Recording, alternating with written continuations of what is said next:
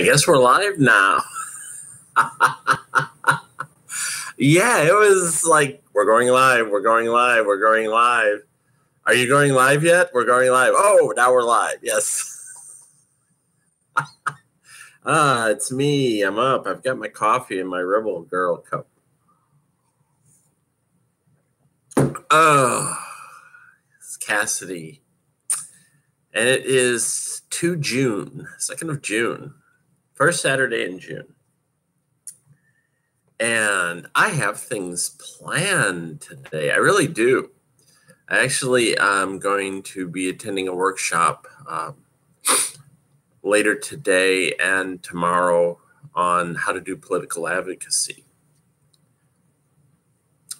And all I'll say is it's being put on by an organization that I attended a workshop of theirs last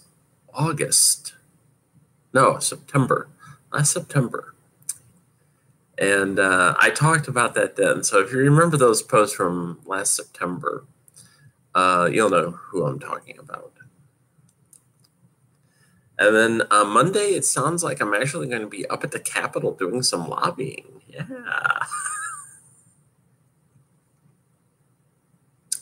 That should be fun.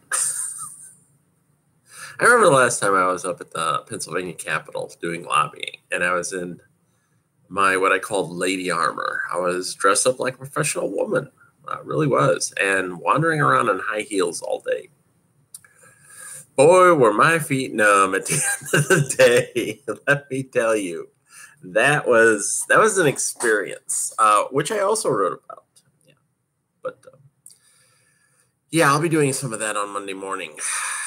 I believe that's when I think we're getting up at the Capitol like around 9:30, 10 o'clock or so. We'll be doing a few hours of lobbying and then come home and do whatever comes next. Which means I'll probably be late getting my recap out because I don't think I'll probably be able to write it on Monday. We'll see. Because Fear of the Walking Dead comes back, and it looks like it's going to be tons of fun. And then I'm supposed to start on Humans, but that's going to be tricky. I'm going to be writing a lot this next week. I mean, writing. Oh boy, am I jumping back into it big time. Yeah. Which reminds me, I need to set up the banner and everything gets set for Humans for season 3 because I recap that and it's just like boom, got to get that out there. Oh boy. Yeah, this next week, this is probably going to be the busiest week I've had in terms of writing in a long time. I mean, it's like out of the frying pan and just straight into the fire. Oh boy. It's going to be wild. So, what are we going to do? What are we going to talk about? Well, let me first start off by talking about what it's like being released from Derby jail. Yeah, last week, as you know, you saw all my mea culpas, which I did put out there, and you saw what I talked about. And Tuesday night, I finally went back to practice. Oh boy, Tuesday night was pretty simple practice. And one of the things we did right off the bat was skate as fast as you can for 5 minutes. That was our cardio. And I thought, oh my God, I am just going to totally suck a bone on this shit, because let's face it, I had only been on skates a couple of times in 6 weeks. So I was like, geez, this is going to kill me. And I just got out there and skated like a maniac. And one of the things that had come up and that I had said before that I felt that it aided me when it came time to skate was when you're out there with a group of skaters, and we had like about 20 skaters on the track. It was a full house. It was somewhere between 15 and 20. I was skating like a maniac. I mean, I was getting some good push-offs. I was coasting through the turns, which is still my big bad no-no. And when it was all said and done, I skated my best time in 5 minutes ever. I skated 25.83 laps. I was just 30 feet short of getting my 26th lap, which is something I've never done as of yet. So I was just short of it. And the time worked out to 5 minutes, 13.6 seconds. That's also my best time. And when you look at what I need to do at 27.5, I was half a second a lap off of 27.5 time. I mean, that 13 seconds is basically the amount of time I needed to go from where I was at on the track around to complete the 26th lap and do my 27th. Seriously. I mean, 13.6 seconds was what I needed to get around the track and do a 27 lap, 5 minutes. So that confirms something else that I knew I knew is that I have the speed to be able to do this. I couldn't skate the diamond because, like I said, there was like about 20 of us out there on the track, and you're having to avoid running into people and being run over. There was like 3 or 4 people, probably 4, that I had to avoid on a regular basis to keep from running into. And people were avoiding running into me. But what I found surprising is I wasn't getting lapped as much as I thought I would. People who normally would lap me like 3 or 4 times, I got lapped like twice. So, you know, my speed is getting up there.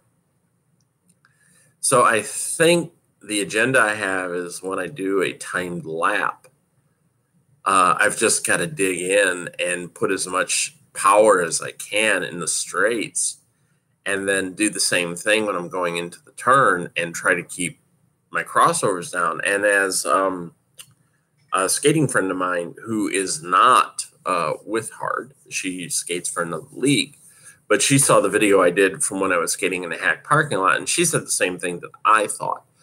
She says, you need to push off harder with your left leg. She says, once you get that, you know, boom, you're going to kill the 27.5. And I said, yeah, I agree. What I need to do is I need to widen my stance a little bit because my stance is too narrow. So that's on the horizon. I went back and I'm in the process. I have to go through the whole recertification process again just for this month. You know, Roxy and I, as we talked, it's like by the end of this month, I want to be certified. But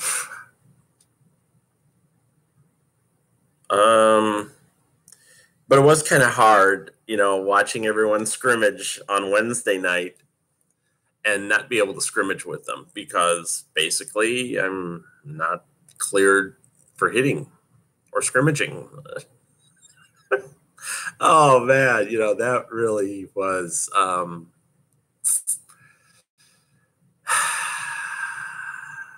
that really was hard, but I understand it. So here's next week we have I'm hoping I'll start getting on the recertification process because boy, do I want to stop being called fresh meat. Oh boy, do I want to stop being called fresh meat. I do. I seriously do. And Wednesday night was my first anniversary. It was actually 1 year since I had come out for recruitment night. So there you have it. And I had pictures. I will actually post the pictures with this blog post to show you how I actually looked when I came out for recruitment night and how I looked on Wednesday night. A lot more confident. And I was really happy when I got home on Tuesday night, the fact that after being off for 6 weeks, I skated my fastest time, which that goes back to show that if I had just not gotten suspended, I think I would have killed my 27.5 by now. but that's water under the bridge. And again, we all know that was me responsible for that shit, not the leak. So I only have myself to blame. And I do. But I'm looking forward to the month of June for practice. I'm looking forward to not only getting recertified for scrimmaging and hitting, but getting certified period to play. I mean, that's ultimately when June 30 rolls around, that's what I want. I want to be able to say, I have my name, I'm a certified player, I can play now. Really, that's the thing. That's really the eyes on the prize here right now, is that's what I want. Yeah, big time. So,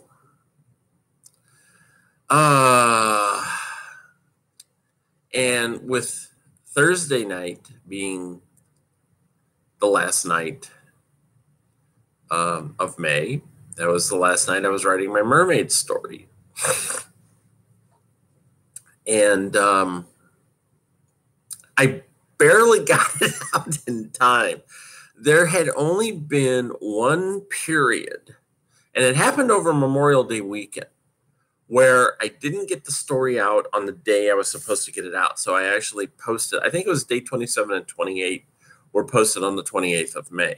I'd have to go back and look. But there was one day where I missed a posting. And got them both out on the same day. That was the only time that happened. Last year, I think I was right up until June 5th getting out the mermaid story. But anyway, I posted the 31st part 4 minutes to midnight. Seriously, it went out. It was like 5 till 4 till midnight hit. So I could say, yes, I got it all out on May. And yesterday I was kind of playing around with what it looked like as an ebook because, I actually moved everything back over into Scrivener and finished out the story in Scrivener. It's not really a novel. It actually came out to about 26,300 words. So it's a novella. Usual length for me. I like to remark that, 26,000 words, 25,000 words for me in a month. That's an average size story for me, But really, getting it out, I was playing around in Scrivener and I converted the book into EPUB format last night because I wanted to see how it actually looked as an ebook. And I converted it and brought it up in, I think it's called Calibri. Let me look. Yeah. Calibri. Calibri is like an ebook reader for your computer. So you can see what it looks like. So I was checking out the formatting. And in EPUB format, you don't need a table of contents because it creates one for you and puts it right at the very beginning of the story, I guess. I'm not real up on ebooks. That's why it is kind of confusing for me. So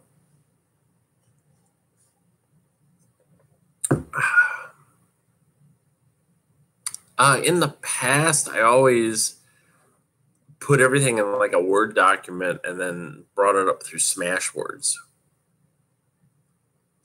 and then converted it that way.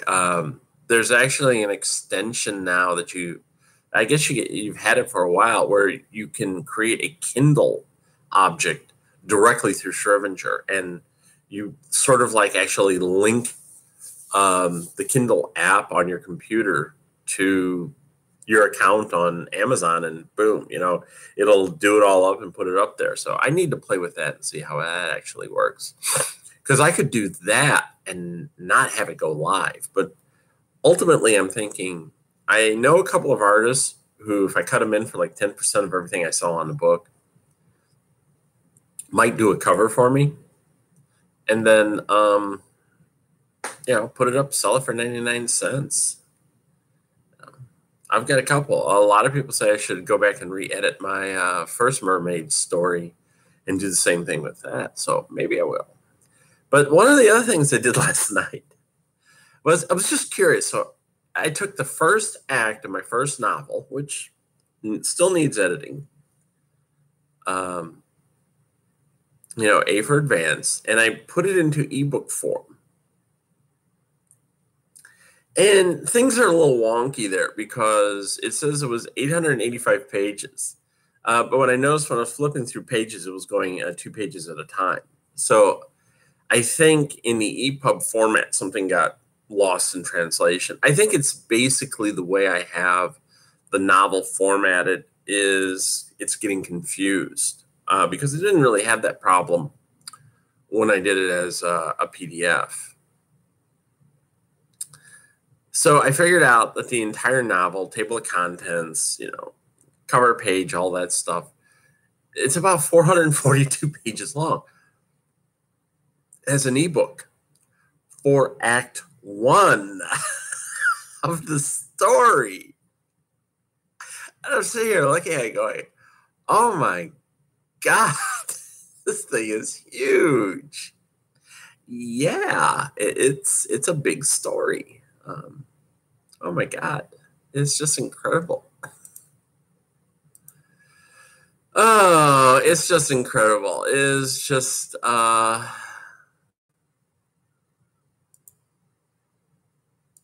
hold on. I'm answering fan mail. I know I shouldn't be doing that. But it is incredible. And I'm actually playing with this because I'm starting to finally get off my ass and think,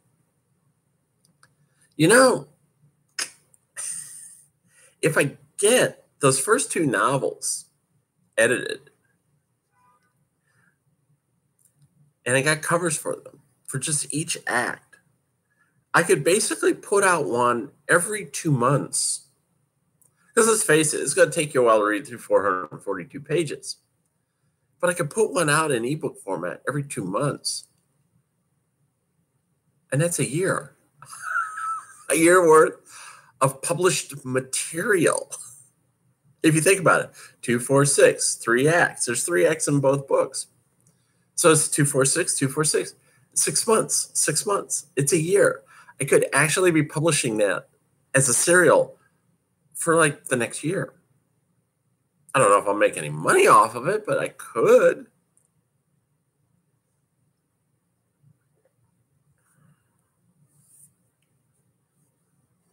It's pretty interesting when you think about it. So yeah, job opportunities have been few and far between. I did have one person wanted me to look at a job in Orlando, Florida. I said, I ain't going to Orlando. Had another one that was like, well, I got a 6-month contract in Alabama. I'm like, not going to Alabama. And I actually told the one guy, the one guy was like, why aren't you interested? And I said, I'm LGBT. I'm a trans woman. No way in the hell I'm going to Alabama. I'm sorry. But I don't think the political climate down there is right for me. I really don't. And I feel the same way about Florida. I mean, I hate to say it. I'm sorry to say it, but it's like at this point in my life, given who I am and what I am, there are certain areas of the U.S. that I want to avoid simply because I don't think it would be safe for me, to be quite honest. I could imagine it not being good for me. So I would rather not go to those places. I don't like Florida anyway. I mean, sorry to anyone who's watching this video who's from Florida, but I've been to Florida. I don't like Florida. I really don't.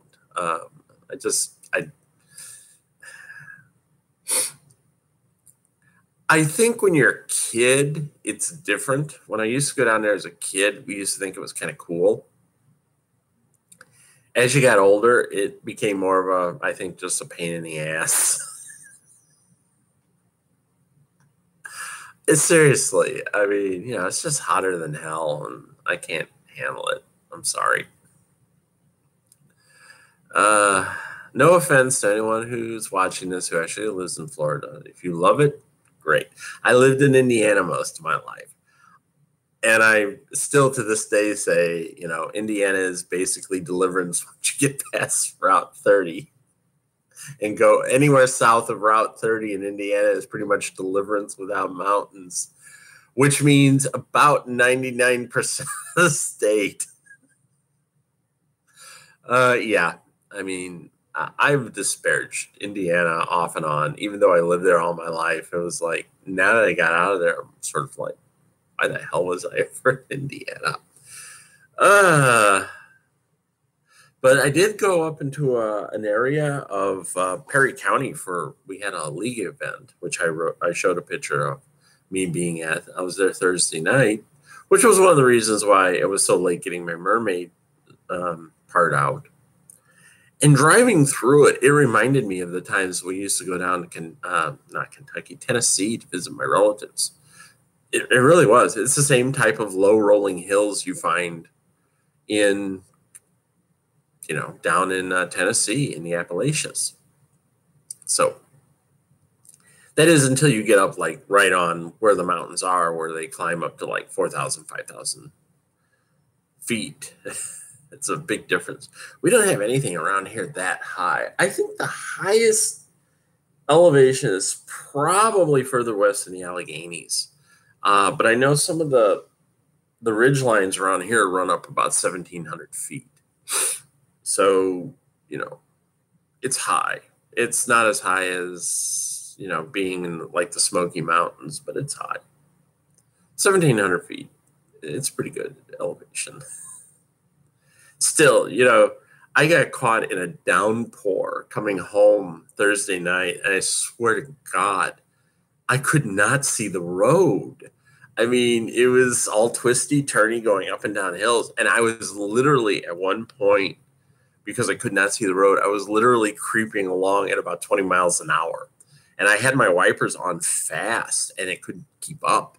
And I was like, damn, I just cannot see the road. I mean, the asphalt washed out. It's one of those things when you get a real heavy downfall and it's night and there's no external lights, it's just pitch dark. That dark asphalt, once it gets wet, it just blends into the night and you can't see anything. So I was literally like, I don't know where the road is. And I was driving like 20 miles an hour, which is something I normally never do. But yeah, it was like, I can't see the road. I don't really know where the highway is at. It was quite a disconcerting moment and more proof that my eyes are not what they once used to be. Yeah, it was bad. I'm sure if there was somebody behind me, they would have been like flashing their lights at me to go faster. Damn city folk. What are they doing up here?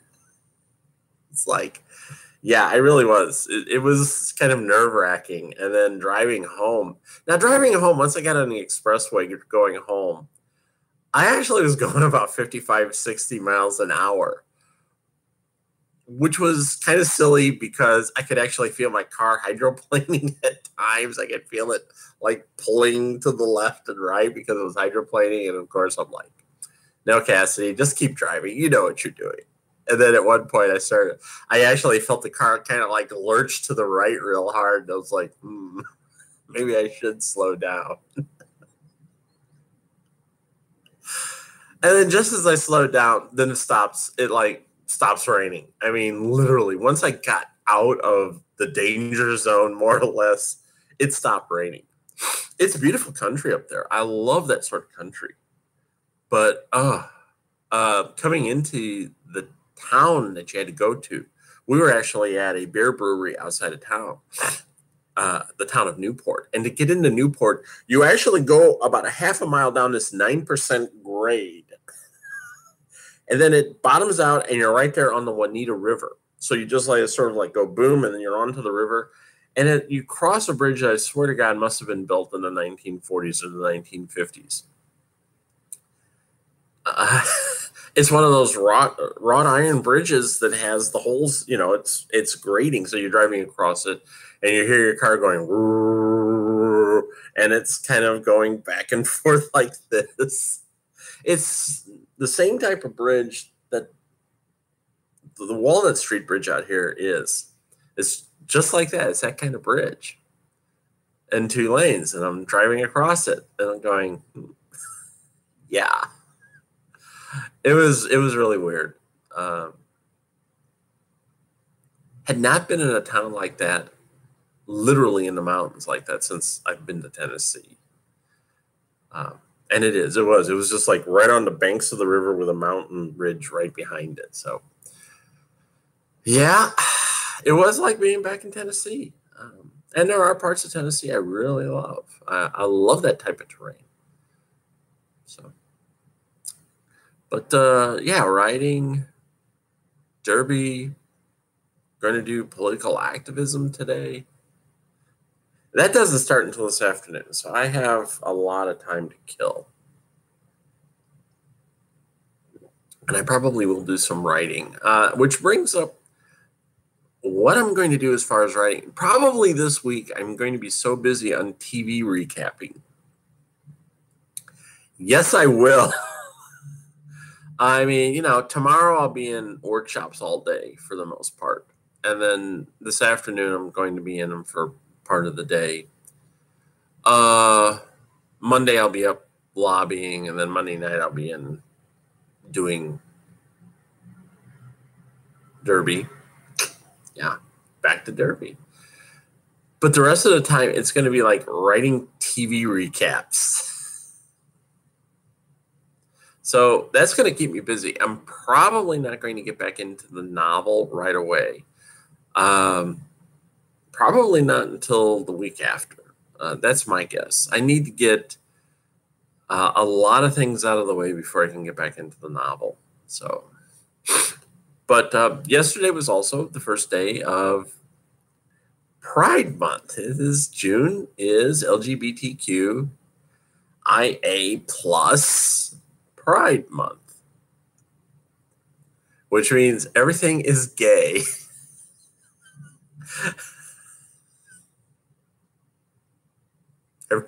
Everything is pretty much gay or whatever, non-binary, non-gender conforming, or if you prefer, you are trans male, trans female, lesbian, gay, intersex, the whole bit. You're all out there. You straight people, sorry, it's not your month. It's ours. Back off. And the first time I hear somebody say, "When's Straight Pride Month?" It's every fucking day of the year. That's when it is.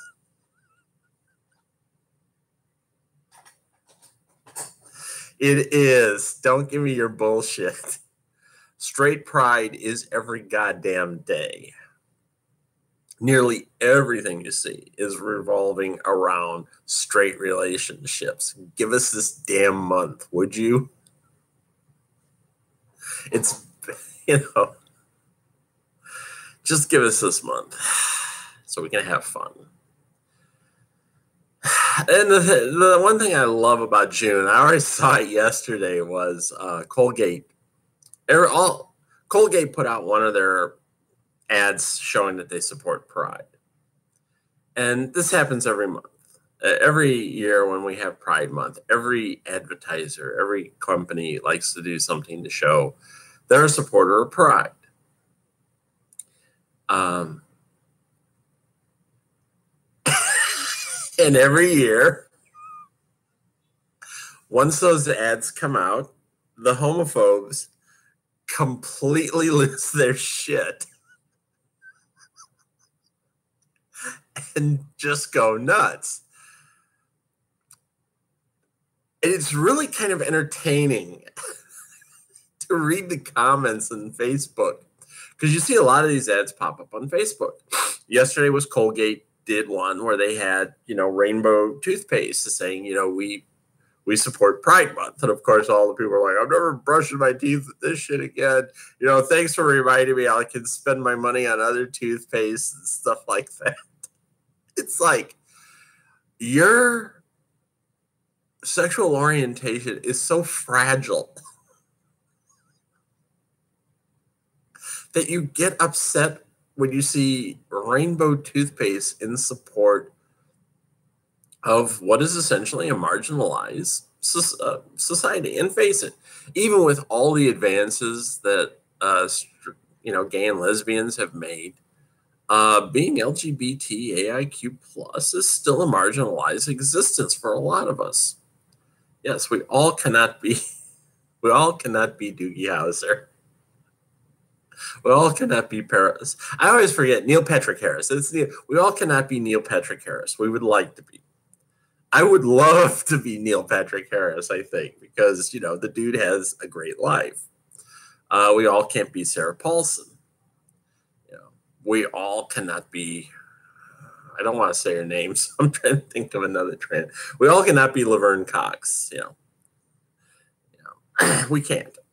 We all can't be Chaz Bono.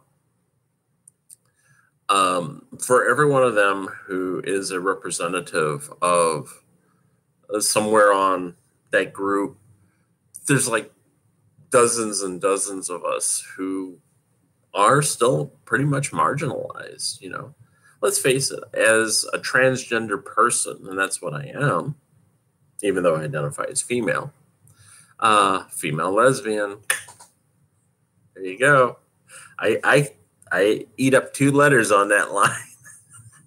Yeah. But there's like 3.5 million trans people in the US.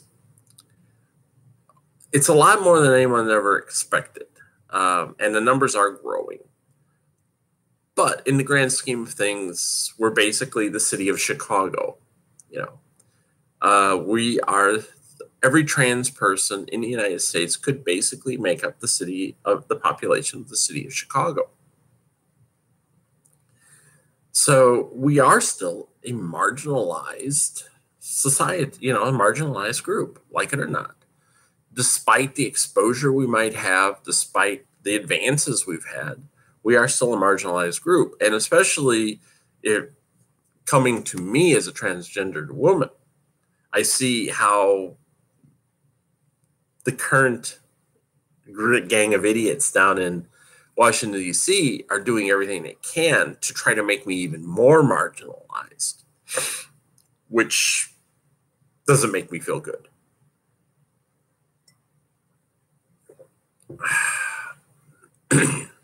And now you're beginning to see that backlash start up, even with gays and lesbians. You're starting to see all the haters come out and saying, well, yeah, we should have laws that protect people who want to discriminate against gays, lesbians, whomever.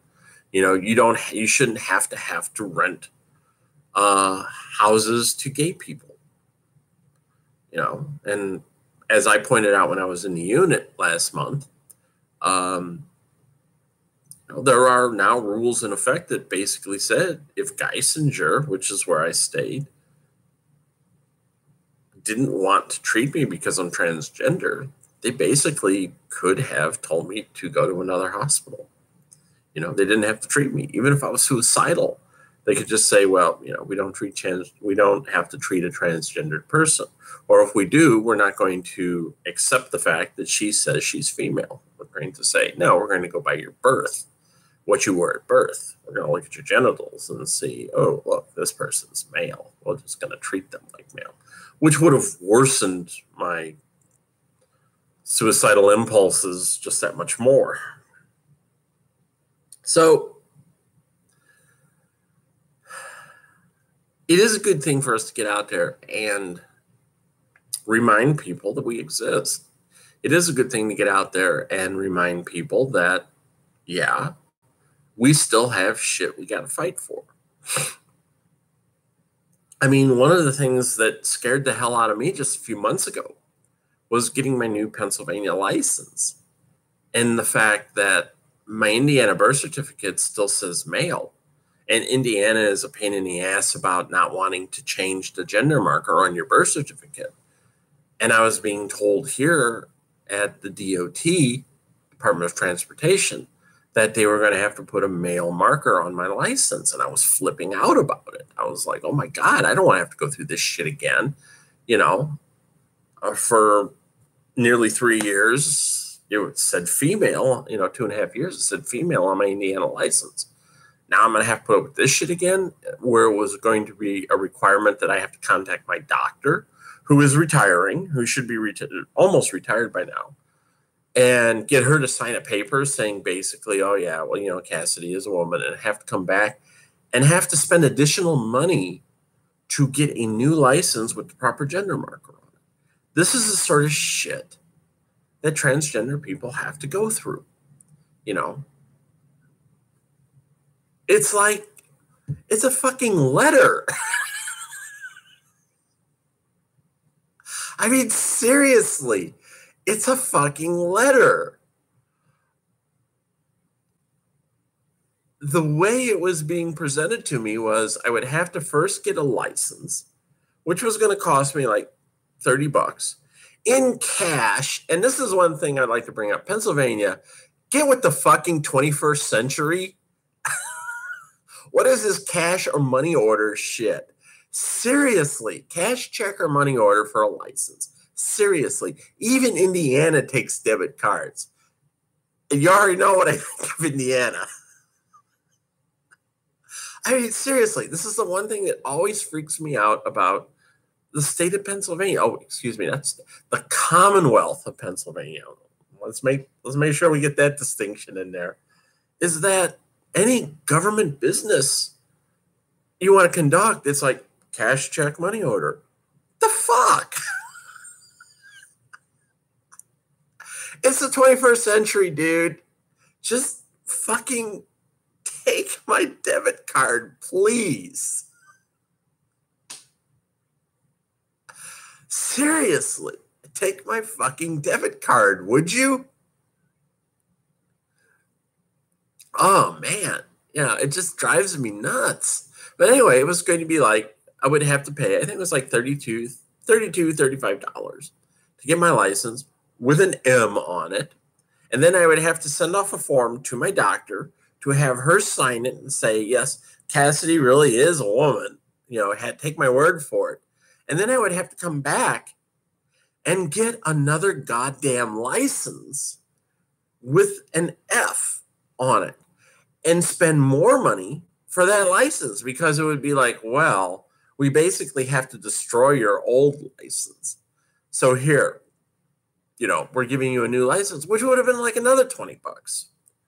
So it's like we're getting the shit pink text out of us, or blue text, however you want to put it. We're getting trans text just for that goddamn letter on our license. Fortunately for me, when I went in, you know, you fill out and you get all your stuff taken care of. That says, okay, you know, you can get your license. And you actually, this is the thing, you go to one place to say, I want to get a license. And they basically take your license and say, okay, you know, yeah, you can get a Pennsylvania license now. Now you have to go over to this other department to actually get the license.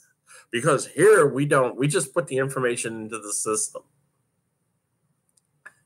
So you actually have to go over to another department to get your picture taken and get the license printed out, which to me, it's what we call in the business padding, job padding. In Indiana, I will say, they got much better under Evan Bayh, and they're still maintaining that. The DMV used to be a horror show when you went to the DMV in Indiana. And under Evan Bayh, it really got its shit together. I mean, I remember walking into the DMV to get a license after I moved to Valparaiso. And I walked in, and there was like nobody in the joint, and like a half dozen people working behind the desk. I was like, "Can we help you?" Yeah, I need to get my license changed. Okay, here, boom, done. Fortunately, the woman here in Pennsylvania who was putting my license together looked at my Indiana license and saw what the gender marker was, and she actually put that on my Pennsylvania license. So, because I'll tell you, when I looked at that and I went, oh, it's an F. I actually did. I was like, oh my God. I was so happy, because that was just one piece of bullshit I did not have to deal with. Seriously. I mean, I did not have to deal with.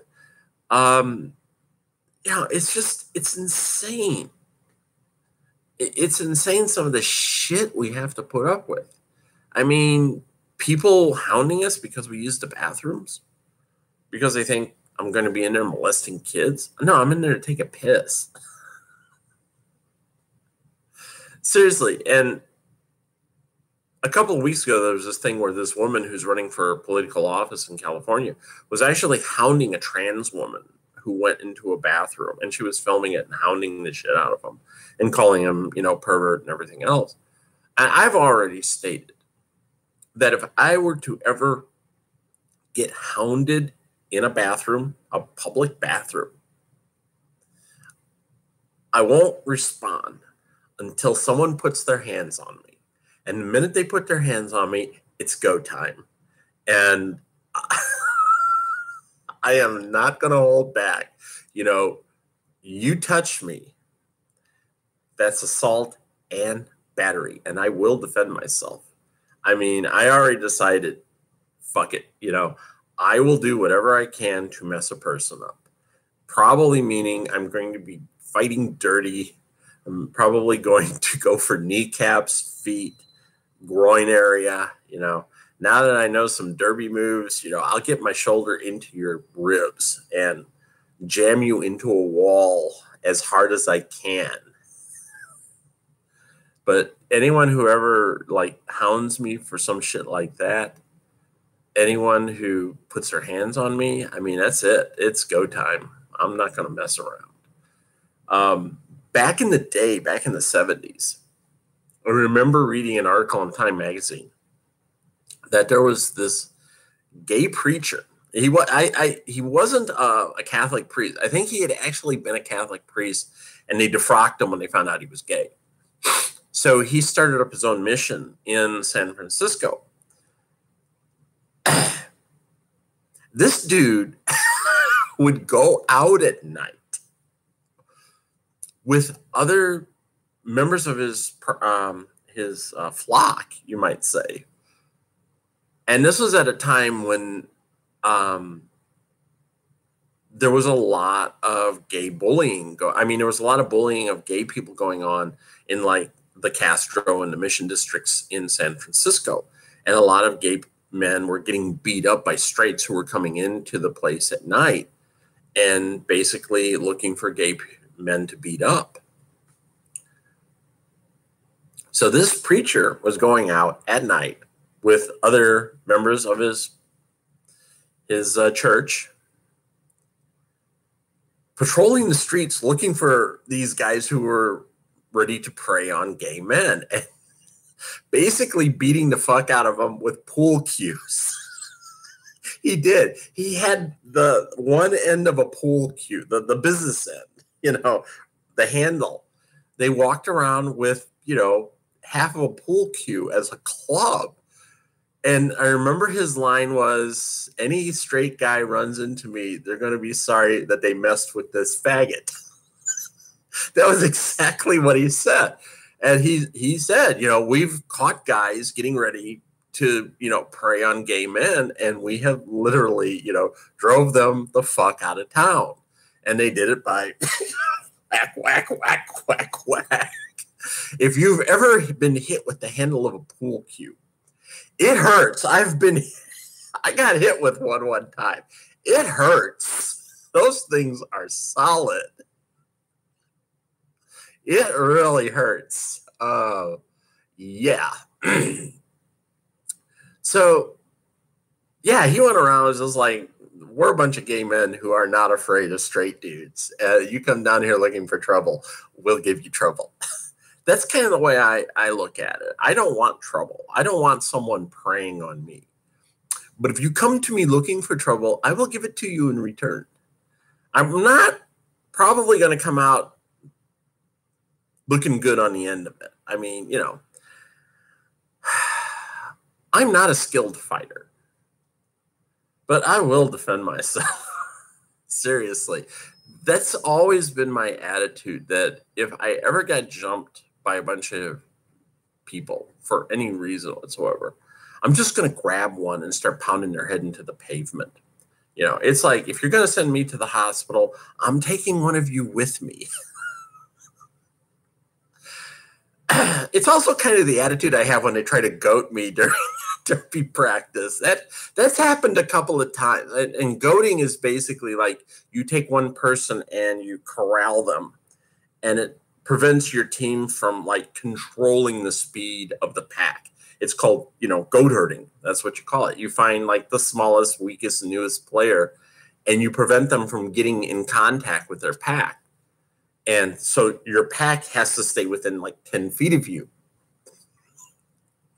The first time that happened, I just picked the smallest member of the pack, the smallest, most inexperienced member of the pack who was picking on me, and just started banging the hell out of her. I was just like, boom, boom. And finally just knocked her out of the way and got around them. And the last time it happened, I did the same thing. I picked one person and just started wailing on them. Just started banging into them and pushing them and everything else. And that's how you do it. So it's like, yeah, goat me. Okay, one of you is going to get the pain. It's you. I figure I'll do the same thing. If I ever get goated during a bout, I'm just going to pick one person who's goating me, and they're going to get it. I mean, it's just like, I'm just going to go nuts on you. Everybody else can try to block me, but you're going to get it. Ouch, ouch, ouch. That's the only way you do it. You don't want to be goat herded. So anyway. So happy Pride Month. Yes, happy Pride Month. I have my mermaid t-shirt on. She's not a rainbow mermaid, but hey, all my mermaids are lesbians. In case you hadn't noticed it. There's a running theme. Kind of a running theme, and there's some lesbianism going on with my mermaids. They're all women, Come on, mermaids.